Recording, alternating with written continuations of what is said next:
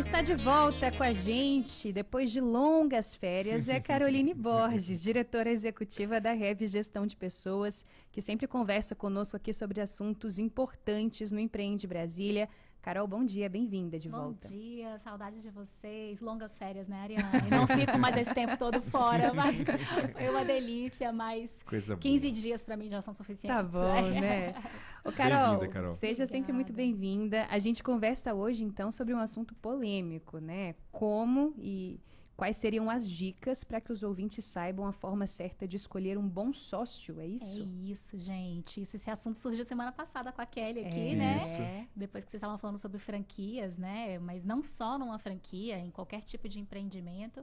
É muito comum que se chegue na cabeça do fundador, do founder, do empreendedor ali, a ideia de trazer um sócio, né? Ou já no início ali, vou montar uma empresa e às vezes acontece muito mais como um amigo, um irmão, um cunhado, o pai, a mãe, e a gente fazer essa sociedade, montar essa empresa junto. Ou o que pode acontecer também é um determinado momento da empresa, a empresa começa a crescer, eu montei a empresa sozinha e eu começo a sentir essa necessidade de ter alguém comigo, né? E isso quando a gente está falando de um sócio operacional, que vai colocar a mão na massa junto comigo, né? E aí existem várias Vai dividir coisas. dores e alegrias. Dores e alegrias, né? Quem que é o sócio? O sócio é a pessoa que junto com você vai ter um papel de alavancar os resultados do negócio e, claro, né, dividir, né, e multiplicar, né, eu falo as alegrias, dividir as tristezas e multiplicar ali as alegrias, né? Então, há também que se fazer uma reflexão, né? Eu quero um sócio, eu vou começar uma empresa, eu vou trazer um sócio, eu preciso ter uma autoavaliação a respeito de mim, inclusive, né? Então, você sabe trabalhar bem dividindo tomadas de decisão com alguém? Você trabalha bem em equipe? Você é uma equipe, né, com sócio, com um grupo de sócios. Então, você trabalha bem em equipe. Você Centralizador demais não consegue, não né? consegue. Ou que não tem, assim, eu tenho uma dificuldade muito grande com conflito. Conflito ele vai existir em qualquer relação, né? Inclusive numa relação de sociedade. E ele pode ser direcionado para que seja um conflito positivo para o negócio. Eu sou uma pessoa que eu não me posiciono. Provavelmente você vai ter se você tiver um sócio que seja bastante mais dominante, provavelmente vocês vão ter algum problema em algum momento. Né? E ao contrário, também, né? Eu sou talvez mais dominante ali numa relação né, de trabalho e tenho sócios que não se posicionam. Em algum momento, isso pode trazer algum problema, né?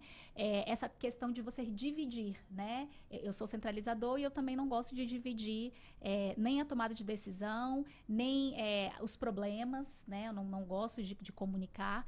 Isso pode ser um problema para que você seja sócio de alguém, né? E você está precisando de alguma expertise específica? Tem algo que você não sabe fazer e se tiver alguém que complemente isso vai alavancar o negócio? Esse é um dos principais motivos para se trazer um sócio que possa operar um negócio com você.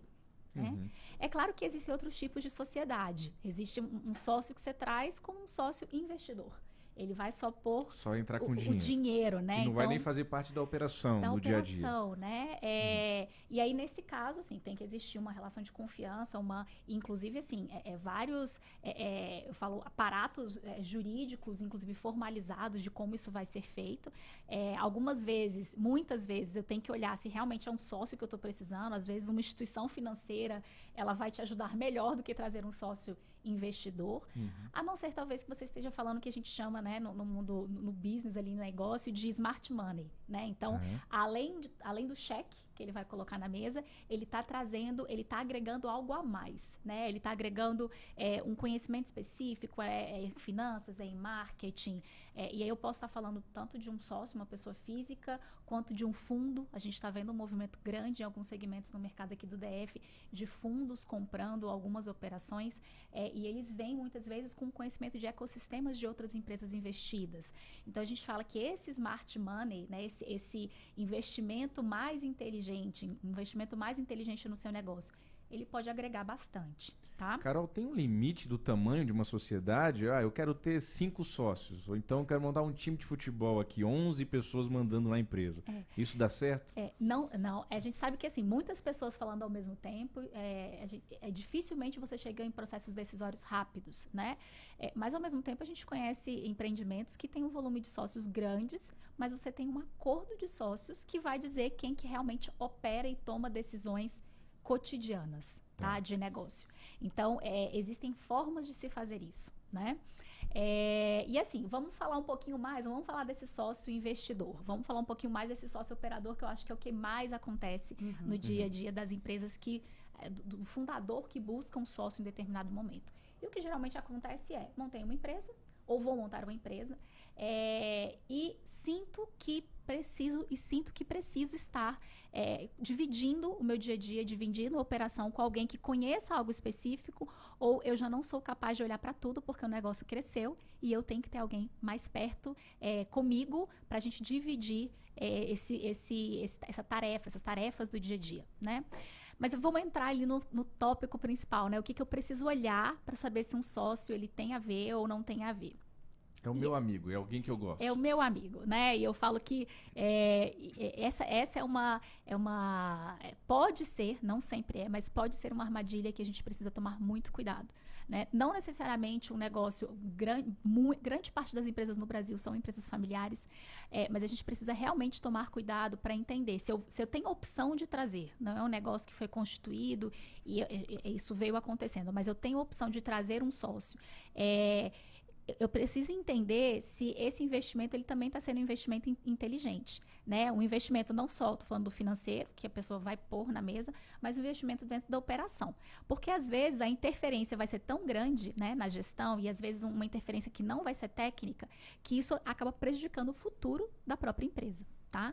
Então, primeiro ponto, né? Eu preciso entender se os valores, acho que tópico número 1, os valores dessa pessoa, eles batem com os meus valores para o negócio.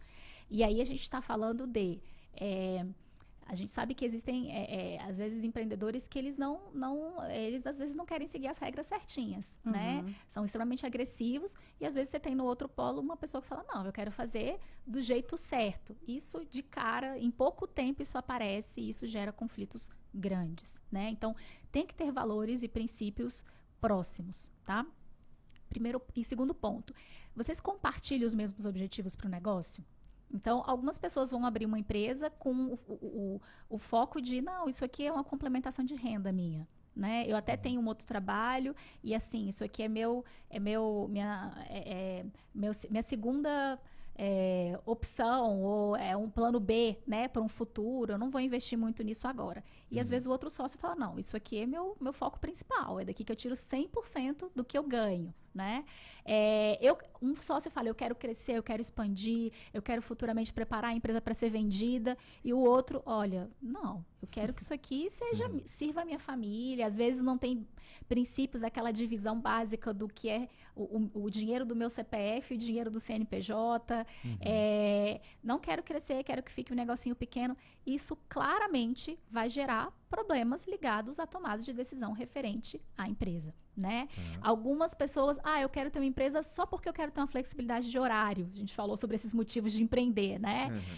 Então, você vai gerando problemas muito sérios desde o início. Então, os objetivos em relação a ter um negócio, eles precisam ser parecidos, precisam ser próximos, tá? Ou seja, são pessoas que às vezes vão ser complementares, né, Carol? Tem habilidades diferentes, mas o objetivo precisa ser em comum. Precisa ser em comum. Quase um casamento, então. É quase um casamento. É muito próximo a um casamento. Mas eu falo que a questão financeira, às vezes, ela é mais forte, né?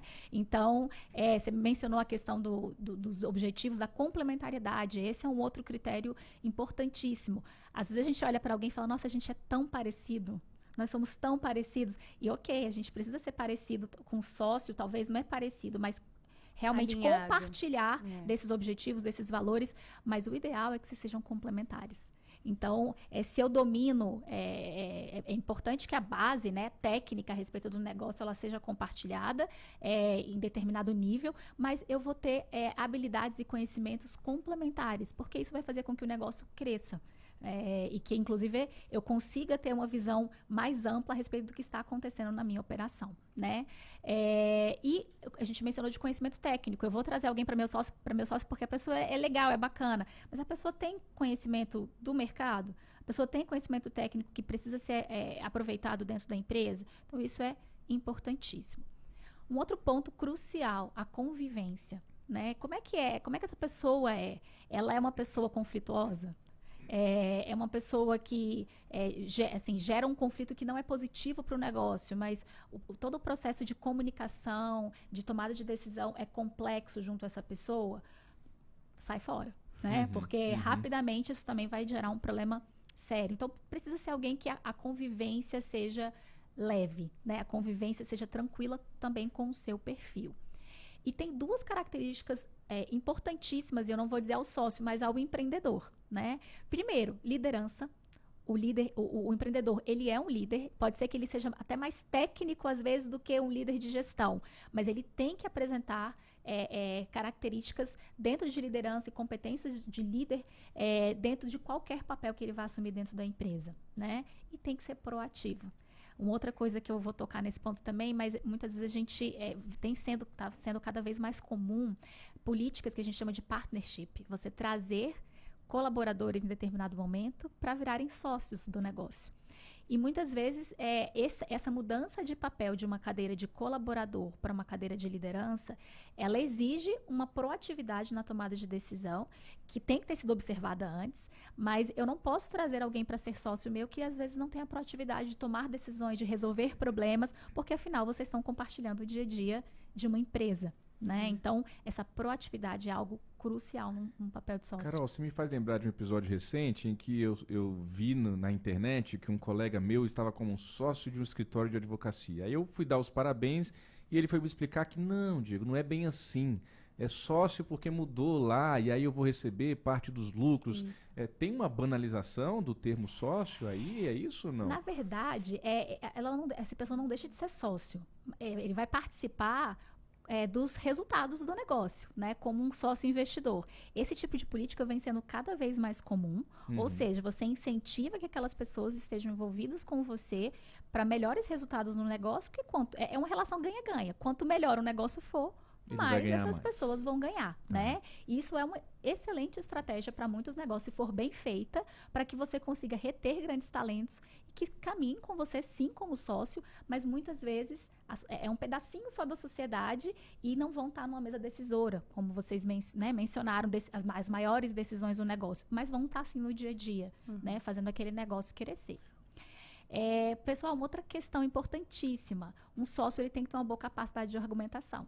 Porque a gente falou aqui de conflito, eu falei, né, cuidado com as pessoas conflituosas, gerar conflito por tudo. Mas o conflito, eu falo que eu gerar o contraditório, né? É importantíssimo na sociedade. O empreendedor, ele não pode querer sempre estar certo. E o sócio é aquela pessoa que vai dar uma cutucada e falar, então, a gente não está indo pelo caminho assim não. legal. Então, é alguém que vai ter essa capacidade de também te dar os feedbacks necessários para que você consiga evoluir no seu papel de empreendedor, no seu papel de diretor de determinada área na empresa. Então, essa capacidade também de dar e receber feedbacks numa sociedade é muito importante, né? Carol, nosso tempo estourou, mas eu quero fazer uma última pergunta aqui de minha parte.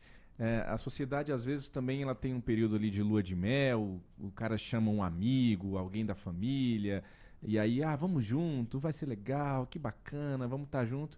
E depois de um tempo, em alguns casos, a gente vê essa relação degringolando, isso se rompe, a amizade se desfaz, muitos casos desses vão parar na justiça, né? Isso é uma coisa que infelizmente acontece também com uma certa frequência, né? Acontece, e por isso, aí as últimas dicas importantíssimas, é importante que haja um acordo entre sócios, que o contrato social esteja muito bem amarrado juridicamente. Então, quem vai ter uma cláusula de preferência de compra?